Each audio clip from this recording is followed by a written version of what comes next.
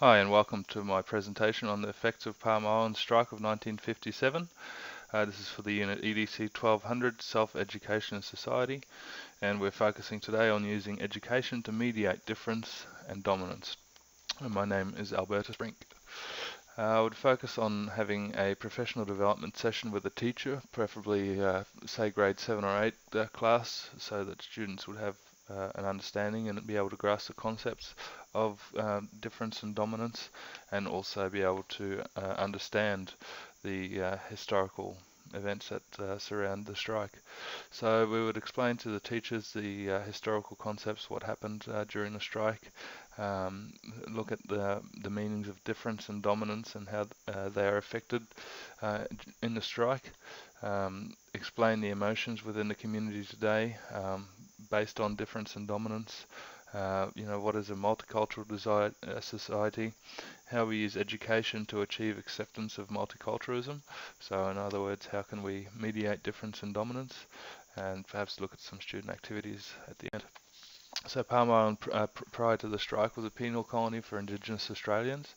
There were approximately 1,600 people from 40 different tribes over 2 decades that were moved to Palm Island, with approximately 57 different language groups, which made communication difficult, but also because there were so many different tribes, there was quite a bit of fighting between tribes. The island was completely controlled by white people. The Aboriginals lived in gendered dormitories and worked for tobacco and food. So their primary labour was forestry, farming, fishing and building, but also looking after sick Aboriginal people who got moved to Phantom Island. They weren't allowed to marry without permission, they were not allowed to vote, and they must ask the superintendent for permission for everything, including visiting families, trips to the mainland, etc. So the strike of 57 was a protest against the way they were treated, particularly women, but also the community. The strike was due to the deportation of a community member for disobeying orders, and so 7 families took part of the strike, and dawn raids by police attempted to deport the offenders also. So following on from that, the buildings were dismantled and the infrastructure was removed, physically shipped out on a boat. And there's a yearly remembrance for the bravery of those 7 men. So it's still fresh in their minds. The community still feels their pain, so there's a strong resistance to policing, who are predominantly white also. And the community feels that alcohol management plans that are current today comes under the same regime, with discrimination, shame and loss of rights, and they feel that this is definitely a case of dominance. Um, the land is all owned by the state, so there's no local land titles or ownership of property, and the people here feel that is discrimination, and they can't even, the government tells them they can't even look after their alcohol, let alone look after their houses. So tribal problems still very present, mainly between families, but that leads to statistically high assault, rape and suicide, violence, rebellion against law and education, and generally low societal standards. So how can we use education to mediate difference and dominance? Well, first of all, we look at the meaning of difference and we look at the meaning of dominance. And this little diagram that I've drawn up shows ourselves in the center, and various axes of identity coming off, with gender, class and race being the ones that we looked at over the course of EDC 1200. So difference can be seen as a variation from self. It doesn't need to be necessarily towards the end of the axes. For example, you might be, a mixed breed of race between white and black, so you could, not necessarily be towards the end of an axis. And dominance can be seen as the power exerted by a group over minority. So, examples of that are gay marriage, where you know, um, Australia votes against gay people being allowed to marriage, um, but also the Aboriginals on Palm Island who feel unsupported and neglected by white people. So we're raising issues of difference and dominance. We need to teach that different or other is not deficient, and we can do so by using that diagram and the axes of identity and showing that different is just a different place on the axes rather than a deficiency or to be treated as less.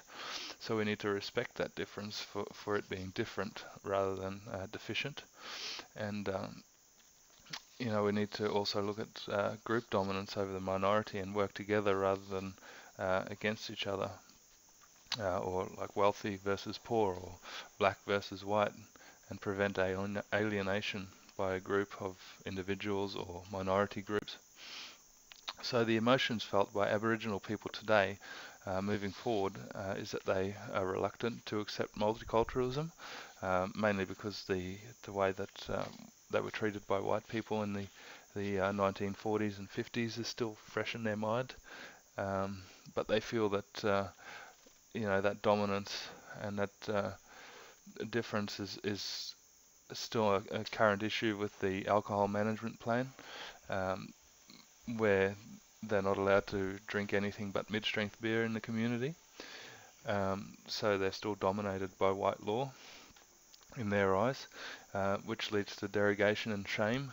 The people feel shame when they jump off the ferry to come home and have their bags searched by the police, and they feel that that's a deprivation of their human rights. They feel alienated, and they feel like they're discriminated against. So we really need to educate for integration there. So we can use education as a tool to mediate and facilitate cultural awareness, or creating a multicultural society, using the hidden curriculum by posters and pictures and things like that around the classroom, or the way that we teach our children and what we teach them. So that's we could put those sorts of projects, whether they be class or work group or individual, we could display them around the rooms to create that ownership over, that togetherness, using Venn diagrams or posters or presentations, to compare or just contrast identities and just seeing what different cultures are different, what they might have in common. And we could also use the reproduction theory, where we create positive structures in classroom to support the difference and dominance as foundation for life outside school. So if we start kids off at a young age to accept multiculturalism and work together within their different cultures in the classrooms, there may be different cultures present within the class. If they can be taught that one shouldn't dominate the other, or just because one is different than the other, that doesn't mean we can't work together. So we need to teach that acceptance of culture rather than resisting integration or working together with another culture. And we also need to focus on facts rather than stereotypes. So we need to create positive views of a multicultural world and create acceptance based on facts of things that happened rather than stereotypes, or which could be created by a dominant group over a minority people. Anyway, that was the end of my presentation. Thank you for listening. See you later.